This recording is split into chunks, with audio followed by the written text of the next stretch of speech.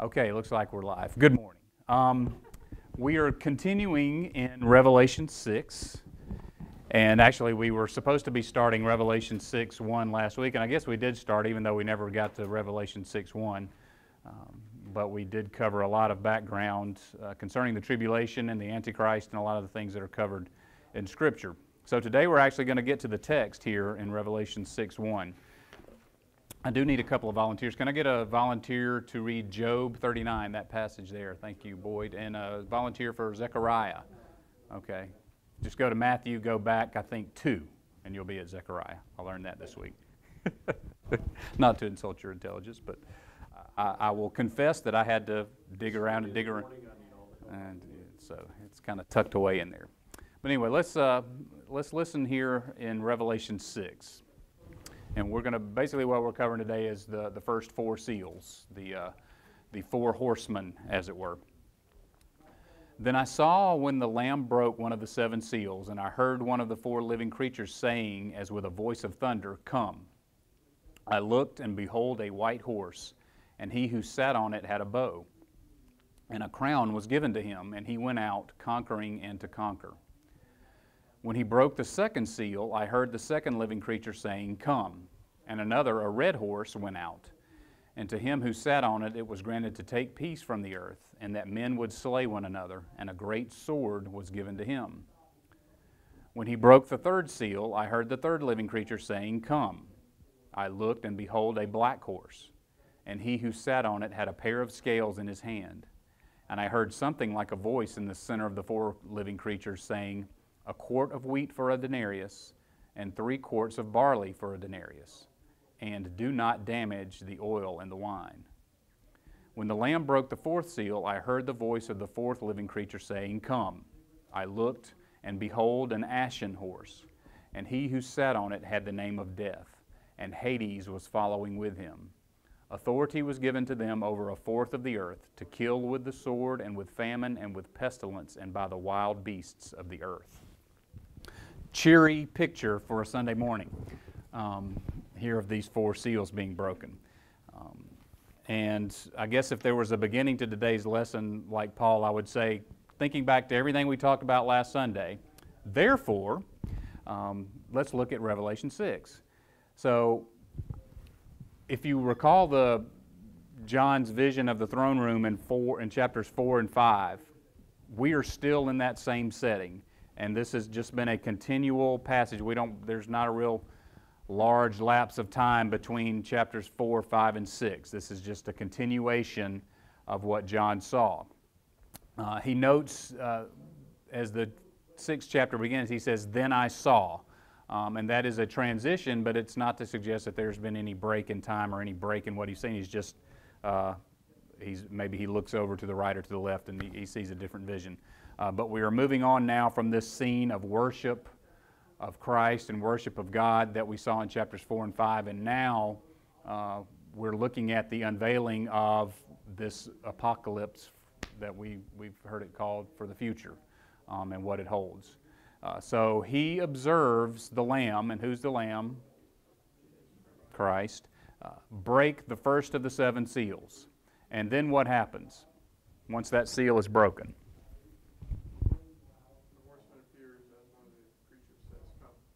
Okay. And one of the 4 living creatures, we're talking about the 4 cherubim, right? Remember, the one had the face of a lion, one had the face of, I think, an ox or a cow, one the face of a man, one the face of an eagle, right? So these 4 cherubim, and this is one of them says, "Come." Interesting, that word "come." The Greek is, well, first of all, what did his voice sound like? Thunder. Sound of thunder. Very interesting. What image or what thoughts come to you when you hear somebody had a voice of thunder? Loud. Frightening. Angry. Just kind of enveloped. Yeah. Would get your attention, wouldn't it? Yeah, certainly. And he tells him to come. And the word "come" in Greek is erchomai. Okay, I think I put the phonetic spelling on here, and I still can't say it right. Erchome, and what it actually means is it can mean to come, it can mean to proceed, or it can mean to go. So, Russ Smith's opinion, it would be better translated if it was go, as opposed to come. He is telling this horse and this horseman, you're unleashed to go do what God has prepared for you to do. And that's the message that he's given this horse and this horseman. It's a command. Okay? What does just think about this. The fact that this cherub, this messenger of God, this angelic being, is roaring this command to this rider and this horse. What is that? And this is applicable to all four horses, because he in each one of them, as we heard, he says come, right, or go, or come. What does that mean to you? What does that speak to you? That this command was given to each one of these horses. Was it given to the horse, or was it given to John?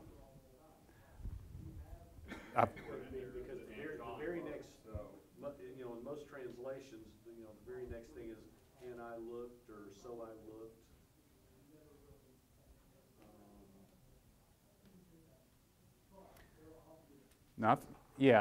This is not a command for John. This is a command. He's not.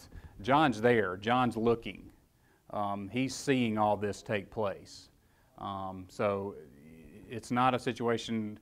One of the things that the picture I get in my mind sometimes is a Christmas Carol, and you've got the Ghost of Christmas Pay, and they're leading him along. John is stationary, and he's there, and he's seeing these visions. And these commands, I believe, and I'm fairly confident in saying that this is a command for the horseman and the horse that's being given, come, go, proceed, as opposed to a command for John. So if we'll take that assumption that this is a command for the horseman and for the rider, what does that mean anything? Or can we draw anything from that? I'm sorry. Okay, and so if this horse can only do what he's commanded to do, then what might that say? This voice is the authority over those horses. Okay, yeah, and let's drill down on that a little bit deeper. They're not going on their own authority. God is sending them. Even though this is apocalyptic and this is terrible and it's horrible and these things, we can only imagine what the horrors that these things are.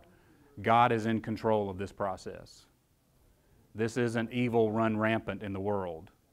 This is a holy, sovereign God commanding His will to be done on the earth. He is in control of this process. He is ushering in the beginning of the judgment of the world that the Old Testament prophets and the New Testament prophets all have spoken of. This is the beginning of the end, right here. When that first seal is broken, it has been set in motion. And that's what we're seeing here. So John looks, and what does he see? A white horse. Is there anybody on the horse?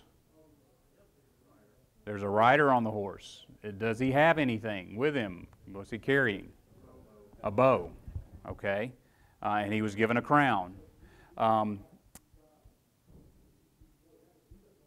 One interesting, and I'd read this passage several times and never really noticed it, but let's listen to some Old Testament passages and think about what these horses might, this idea of a horse, could that mean anything? Who's got the Job passage? Listen to what Job 39, what's said about the horse or a horse. Do you give the horse his strength, or clothe his neck with the flowing mane?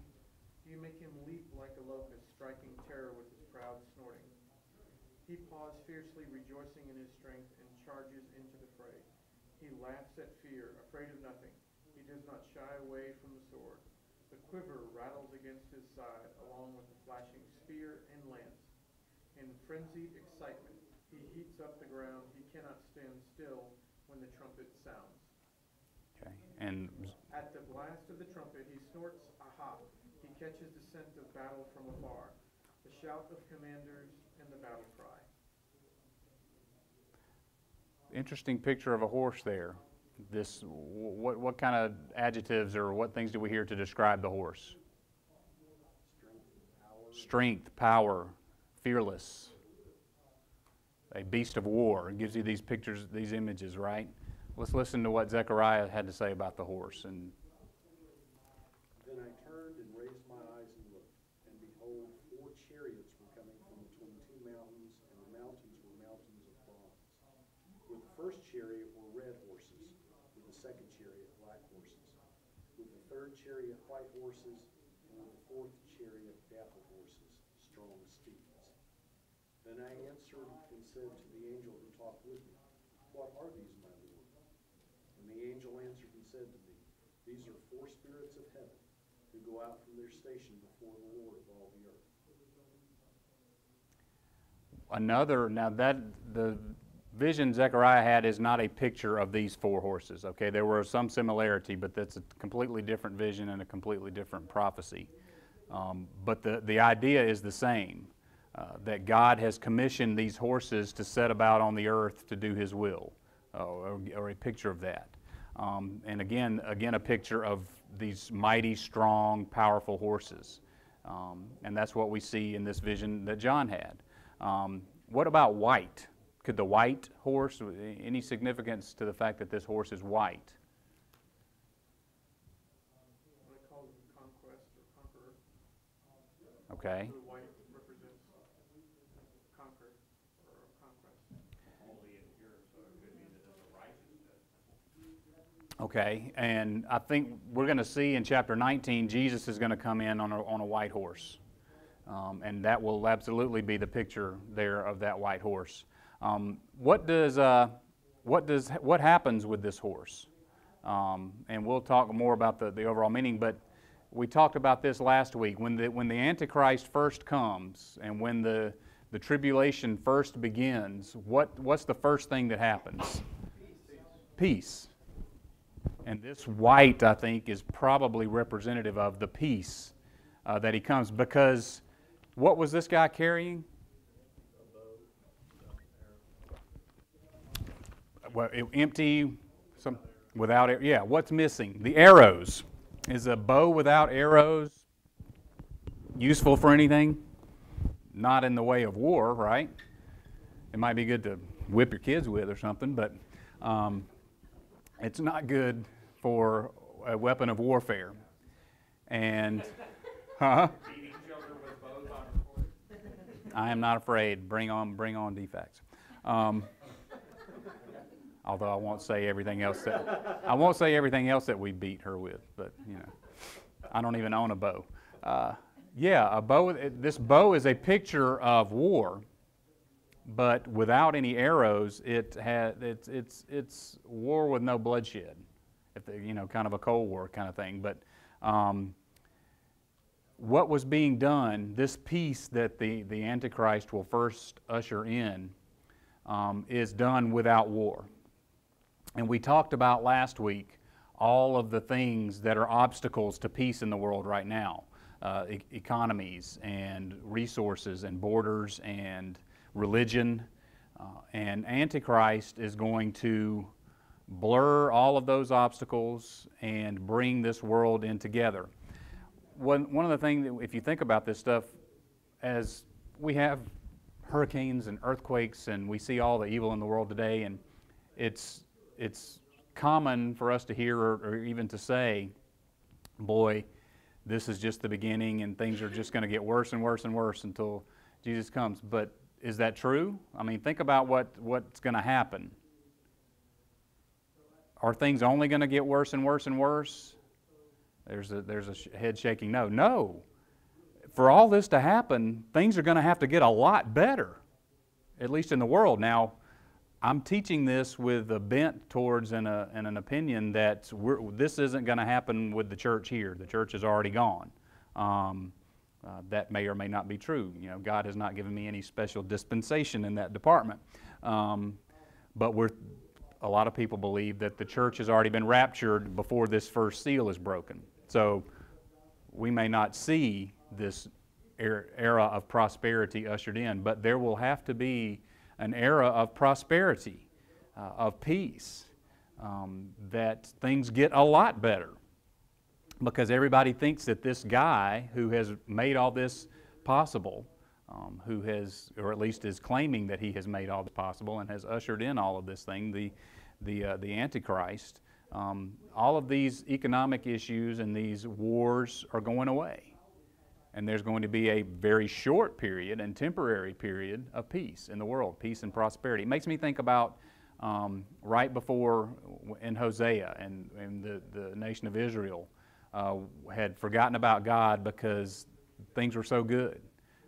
They were making money, and so they were looking at how great they were, and they had forgotten all about God, and they'd done away with and intermingled their worship with idolatry and those types of things. And this period of peace was there before God brought about His judgment. And that's what's going to happen here. There's going to be a period of peace, but what it is it is already the beginning of the judgment. Now, we've talked about and mentioned that he had a crown. What's significant about the crown? How did he get the crown? The crown was given to him, okay? Which is sort of says that the world anointed him. This godless world system that will be in place has said, he is our ruler, he's the one that we want to lead, he is the guy that's going to bring the world together. He's the one we've been waiting on. What's interesting is the Greek word here for crown. Did anybody happen to pick that up or know what this Greek word is for crown? We've talked about in the past, there are two kinds of crowns that are really talked about in the Bible. Anybody know what they are?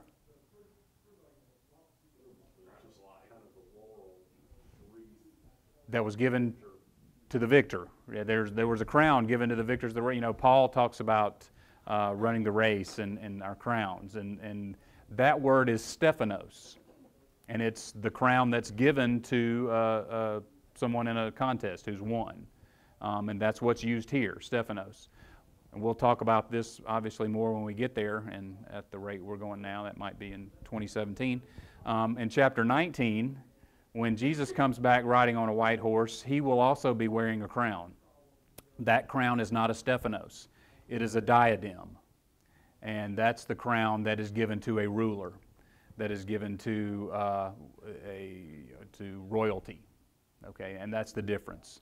The crown that he is wearing here is simply the crown that's given to a victor. And he's united the world. He's the winner. He's been chosen, but he is not a true king. He's not the true king. Yes? Are you saying the first seal is the Antichrist? Well, that's a good question. I don't necessarily believe that the first rider is the Antichrist. I believe what the horses and the riders represent are just conditions and circumstances that are going to be brought about in the world. Does that make sense? And we'll see more, because a lot of people believe, well, some people say that this rider's Jesus, which I think is just crazy. My reference, it says that it's imitating Christ. That's what it says. Which is what the Antichrist will do. The Antichrist is going to say that he's the one, that he's the Savior. And people are going to believe it, and he is nothing but a deceiver and a liar. And we talked about that from the passage in 2 Thessalonians last week. But if you go back to, not arguing with that, but just to add to that, you go back to some of the older commentaries, Matthew Henry, John Bill, some of those from the 1700s, 1800s. At that time, it was believed that this was Jesus, and that this was referring to the current period of the church. Jesus going out, conquering sin, conquering death, redeeming the saints as part of the church. Right, and again, some people do believe that. Some believe that the first rider is Antichrist, and that he is represented in this first. Isn't it weird to think that the Antichrist could be called by God? Because whoever, this is being, you just said, the horse is being called out. And I know God's in control of it, but it's weird to think that he would be calling out the Antichrist to come in. Well, who set the whole plan in place? No doubt the plan placed in, but you Well, you know what I'm saying? Not that it wasn't, I know God knows exactly what's going to happen, blah, blah, blah, but that he called him.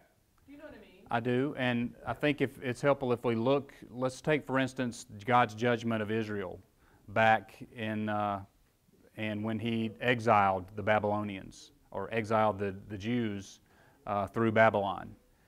God used Nebuchadnezzar to bring about his judgment on the nation of Israel. It wasn't pretty. People died. Lots of people died.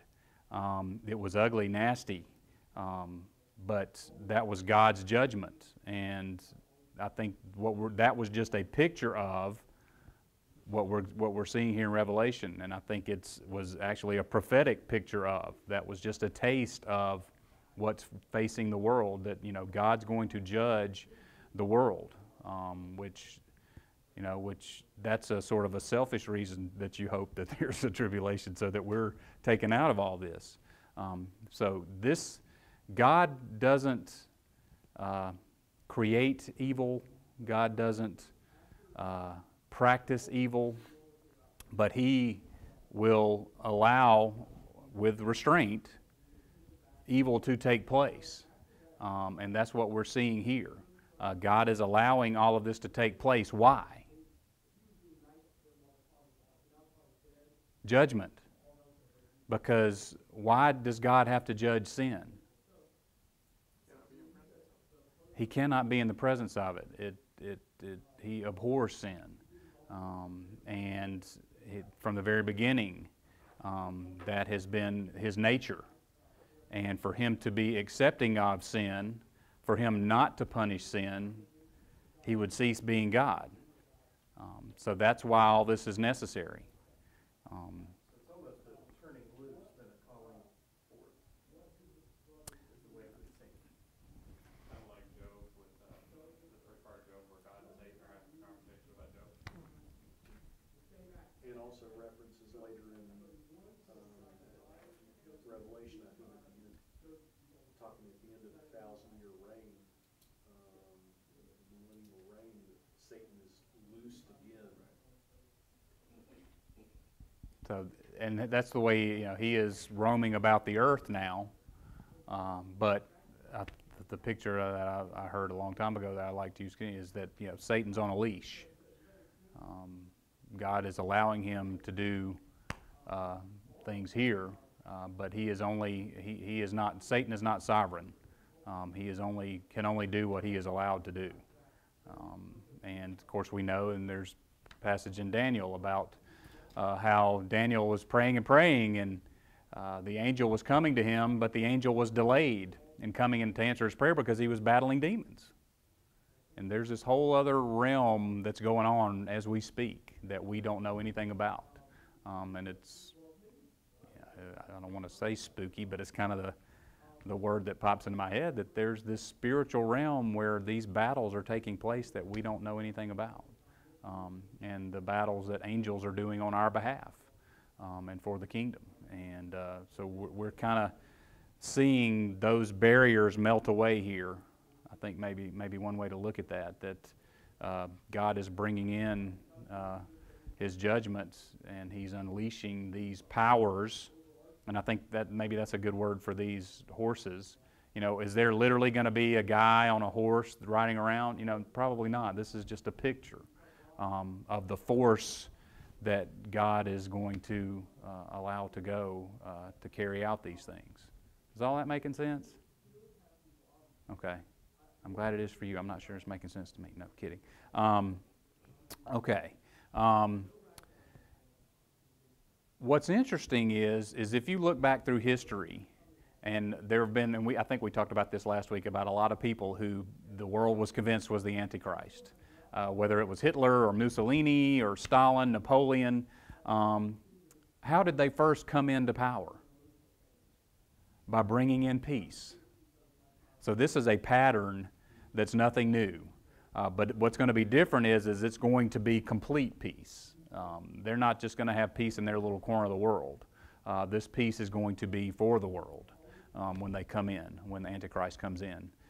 He's going to lead them out of all of the economic and religious and warring problems and lead them into peace. Okay.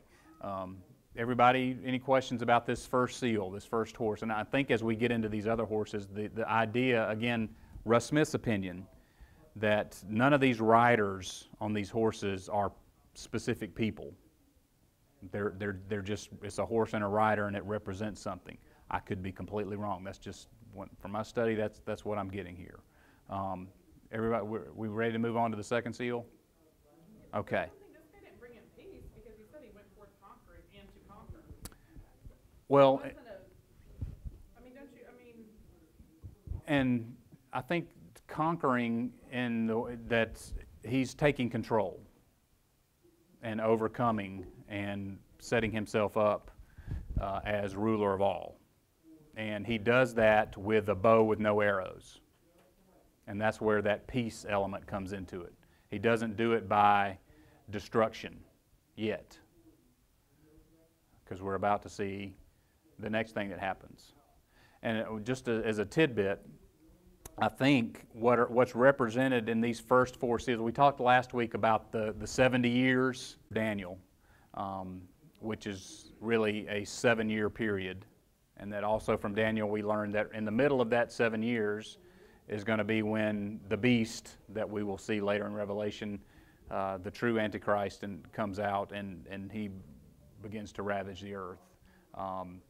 These first four seals depict the first 3.5 years of that 7-year period.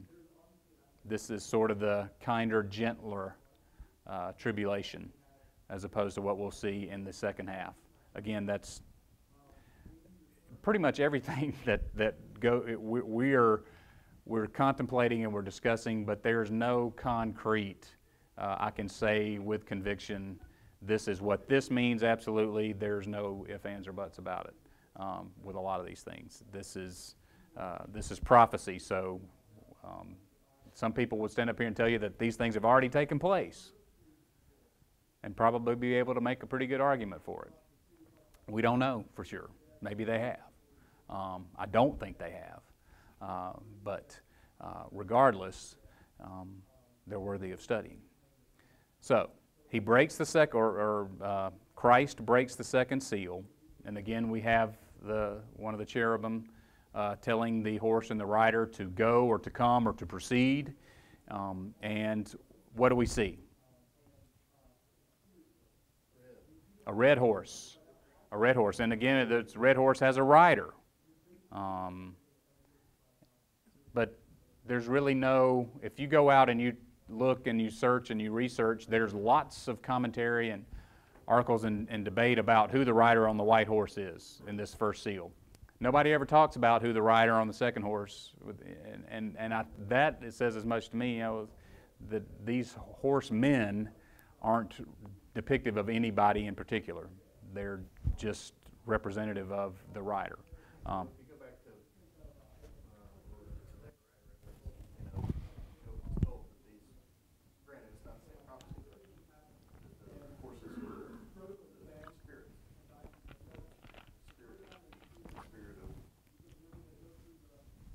of. Okay, that's a good way to look at it.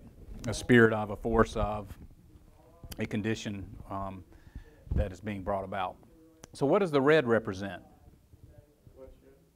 Bloodshed, war, kind of the opposite of the white horse of peace. Like we've talked about the last 2 weeks, this period of peace is only temporary, and Antichrist is going to turn, and he's going to unleash bloodshed and war in the world. And that's what's going to happen here, because what was given to this rider? A sword.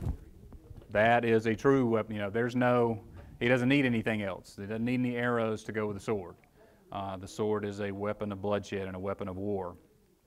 So this long idea of world peace didn't last very long. It almost seems like as soon as it came in, it was gone.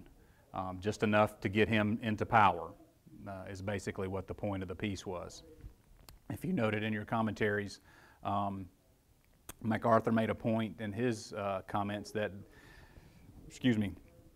this worldwide war that this is kind of a picture of is not the final judgment. This is still just the birth pangs. that Jesus was talking about in Matthew 24. Okay? We're going to see as we move along in Revelation a lot worse than this rider on the red horse and what he's ushering in. That was kind of quick. Any other conversation or thoughts on the red horse? I think it's pretty safe that, we're talking about, because what does he take? It says he was granted, and there's this idea that he's only doing what he's being allowed to do. And the purpose for this red horse and this rider was to take peace from the earth. So this peace that the white horse and rider ushered in, the red horse is coming to take away. Okay, that's what was granted to him. Plus, it struck me that it said to make men slay each other. Sort of do it to ourselves a little bit, right? I mean, we're going to be in the war, or hopefully we're not here. But men and women are going to be in the war. It's not just going to be the horse coming through and wiping things out. Yeah, that's a great point. And again, that idea of a spirit of warfare. Because it always just amazed me, the stories in the Old Testament, whether whoever, the Moabites or the whatever Hittites, turned on themselves, and 100,000 were killed, or 140,000 were killed, or they went out to the camp, and this whole army, how does that logically and sensically, that doesn't happen. The Taliban doesn't turn on themselves over in Afghanistan when they're fighting. But we see pictures of that, and how does that happen? Because God is in control. And if that's what He's determined, and that's the way He's going to bring it about, then that's what's going to happen. And so He puts it in the minds of people, and we talked about this last week about how He's going to give men depraved minds so that they won't turn to Him. Because He's going to judge them. And that's kind of what's happening here. He's given them the mind to kill each other. And that's what's going to be brought about. So Christ breaks the third seal. And again, we have this command to the horse to come, go, proceed. And what do we see? Black horse. A black horse. And what does the rider have? A pair of scales. And these aren't like fish scales. These are scales that would be common for businessmen back in that day, as they weigh things. What in the world could this? Well, first of all, what does John then hears something else? What does he hear?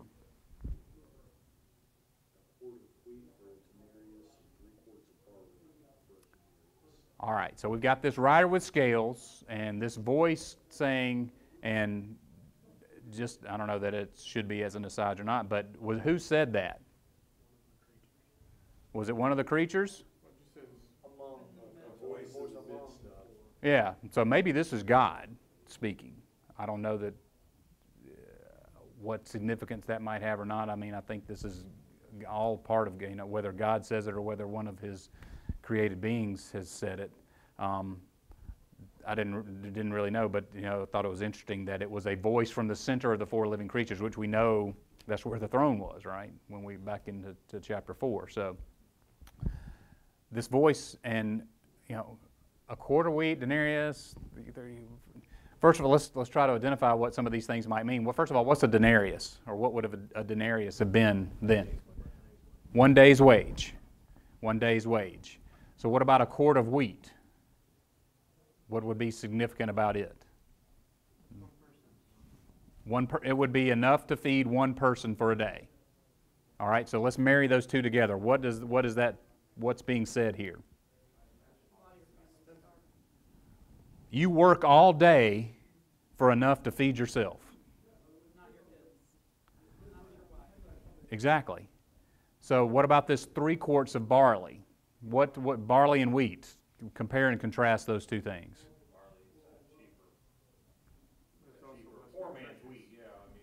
Barley's cheaper, it's less nutritious. Who ate barley? The animals. Well, Ruth was told to gather barley. And Ruth was? Widow. And poor. So it's a picture of the poor, I'm thinking of the prodigal son. You talked about the prodigal son. It's more the prodigal son feeding at the hog trough. 3, you work all day for enough for this lousy food that animals eat. And that's the picture of what's coming next. All right, there was this period of peace, now there's this period of warfare, and not to commit any kind of blasphemy, is it possible that these are going on concurrently? They would feed each other for sure. Yeah, certain. Yeah. I think that is when normal people turn on each other, when your kids are starving. That's, Well, that's, the war could easily destroy crops, could destroy fields, so that wouldn't be that much of a surprise. absolutely. Absolutely. It's a picture of famine. It's a picture of food rationing. I heard somebody mention back there. That's why these scales are needed. I know during the Depression there were some of those things, and I can remember talking a little bit to my grandmother about those kinds of things. It'd be interesting to talk to somebody who might have been around and could remember what was going on in the Depression. We don't have any comprehension in America today of soup lines or food rationing, or even during World War II, a lot of that was going. Think of the protests. We are proud Americans. How dare you tell us that we can't have but a quart of wheat a day? So, no, Gas strikes. I mean, and all that back in the 70s. yeah. You could only get gas depending on your license plate out in California. What the ending is letter or not. We got a couple of years ago when the pipeline was shut down, and we couldn't get gas for a week. Oh, I know. I had to go out of town. I'm driving around Atlanta at 4 a.m. looking for a gas station that was open with gas. So yeah, we don't understand or deal real well with those kinds of things. So think about a world where that was, and again, we're not talking about, because is this true in some parts of the world today? Oh, absolutely. Absolutely. But not everywhere. But not everywhere. And this is talking about, this is going to be the world. There aren't going to be, this isn't going to be a third world kind of thing. It's going to be reality for anybody that's left. And then he mentions anything about this oil, and don't damage the oil and the wine. Well, and I think to help us understand, first of all, back during this time, oil and wine would have been what? Super valuable, for sure. Super valuable. How you made bread, wine, what you drank. They were staples. They were representative of things that you needed. Had to have them. The oil to make bread, as I mentioned. The wine was needed to purify the water, because they couldn't just go drink the water without getting terribly sick. And the wine purified it. So don't damage those things. And what I think that means is that even these, because at this time, those would have been common everyday household items. Every household would have had oil and wine. They are going to be so valuable, so precious, that you will have to take extra great special care not to damage or lose those things. Whereas today, we wouldn't think twice about having to pour out a pan of oil or what have you. Won't be, that will be a precious, precious commodity in this day that's coming. And that's as a result of all this warfare. We talked about these things kind of marrying and intermingling together. As the world is engaged in warfare, sure, crops destroyed, food sources done away with, who knows about the water availability, all of that done away with. Wow, running out of time. So finally we come to the fourth seal. And Christ breaks the fourth seal, and what comes forth? A pale horse. Your translation may say ashen, may even say green. The Greek word here is chloros, and it's kind of a gruesome thought, and I don't know that I've ever seen one in person, but if you look on TV, a corpse, the color of a corpse. And that's really what's being talked about here, that ashen pale look of the skin, and that's what color this horse is.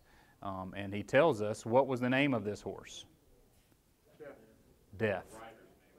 I'm sorry, death.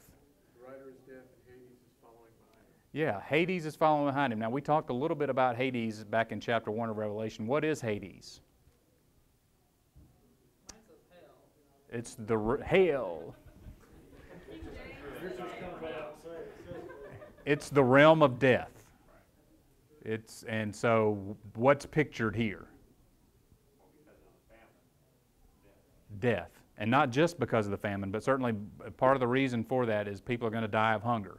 But what else are they going to die of? Plague, pestilence, and war, and how else? The beasts of the earth. Doesn't sound very pleasant. Not. Yeah, how many people live in the world today? Yeah, a little over 7 billion. You did the math too. I did the math. Over 1.75 billion people. Dead. Yeah. Y'all have already got it trimmed down there. Can I make sure I'm over? So, yeah, what a horrible, horrible picture. And again, notice the wording that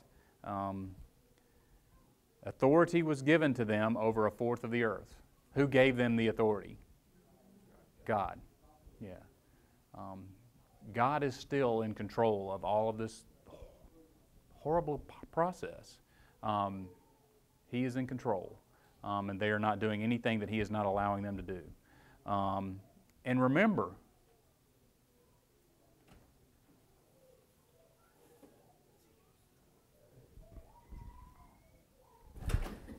this is just the beginning.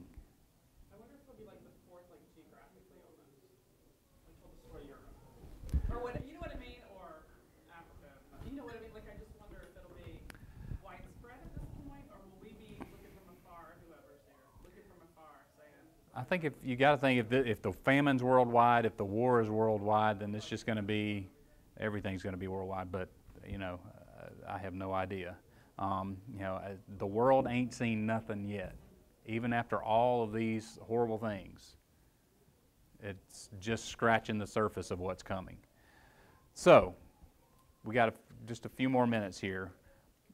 Why is it important to read these things, to study these things, to know these things, to talk about these things? This end times judgment. How can Lee loves to talk about when we're teaching and we're involved in Bible study. How do we apply this to our lives?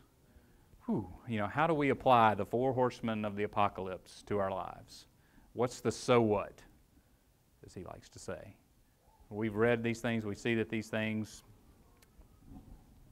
that could have already happened, things that are happening now, things that may be happening in the future. How do we apply these things to our lives?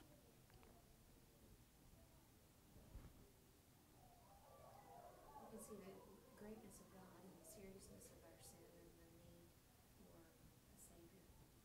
Absolutely. Absolutely. The urgency to share. Absolutely. He's in control. He's sovereign. There's a reason this is necessary. His judgment is real. What is the vehicle that God has chosen to spread His message? We're looking at it. His church. He didn't designate to send out riders and horses to spread His message. He chose us. We're it. There's no plan B. So yeah, absolutely. This is part of His plan, and it's the urgency of it. One thing that I picked up on this week, these are signs, right, of His second coming. He is coming again. He's told us that. That's clear. Just about every New Testament writer spoke of the need for us to live expecting that return. That hope of His return. Paul wrote in Colossians about don't set your mind on things of the world, set your mind on heavenly things. That's Russ Smith's translation. I botched that up a little bit. I think he flipped it around. Set your mind on things above, not on earthly things. I think that's in Colossians 3. Paul also talked, I think, in his letter to the Philippians about how we're foreigners, we're aliens on this world. We're not supposed to live like this is our home. This is not our home. We're just here temporarily. I think Peter talked about being enamored with the things of this world. To me, this is a message, in just Revelation as a whole, that there is more to life than just on this earth. A lot of people would just reject everything in Revelation just because they think of this world as all there is. And we got to protect the world, and how could the world be done away with? And the world is just beautiful, but they worship the world. So it's really hard to concentrate when the, chaos is right behind your head. So. The fifth horseman. Sorry. A couple of comments I wanted to make as I've thought about this before. With each one of the four horsemen, with the first horseman, a bow is a weapon in which you do not have to actually see the enemy you're fighting against. An example of that is like North Korea and South Korea, or us in, say, China. You wouldn't actually know a Chinese person on the street except for, maybe facial features or something like that. But you truly don't have to see their face to hate that enemy. When the second horseman is a sword, in that case you have to face your enemy and you have to see them when you kill them. With the third one, you're with the famine, as Temple put it, you now are also more isolated and are actually fighting against people who were you actually fighting with before. Because now you're fighting against neighbors just to survive. And it's a faceless enemy. And the last one, say a plague and pestilence, you can't fight that at all. With a famine, you can at least try to grow food, try to survive. In that case, like, during the plague of the 17th, or 16th or 17th century, there's no way to fight it. And it also, in each one of these cases, you start off as a group and become more and more isolated. Because as a plague happens, you don't even want to be around anybody else. It's kind of a anybody quarantine. you even run into, friend or foe, could have that plague and affect you. So you're more and more isolated with each one of the horsemen. That's an interesting viewpoint. Yeah, there's a progression there. It's very interesting. I didn't pick up on that. What might that mean? It destroys the community. It destroys any feeling of we can do this together. It really does become like a total individual. And how hopeless is that? Exactly. But we're judged individually. It's always this. Okay. Next Sunday, we'll continue. We'll hit the fifth seal and the sixth seal. And what's interesting, when the seventh seal is open, the seventh seal is not going to be one lesson, okay? Because the seventh seal encompasses the 7 trumpet judgments and the 7 bowl judgments. They're all a part of that seventh seal. So, and what's also interesting is the pattern is the 6 seals are open and then there's kind of a pause. And then the 7th seal is open and then there are the 6 trumpet judgments and then there's a pause. And then there'll be the 6 bowl judgments and a pause before the final bit is brought in. Just kind of interesting as we're moving along here. So, good stuff today. Appreciate all of you being here. Anybody want to close this real quick? We don't have much time.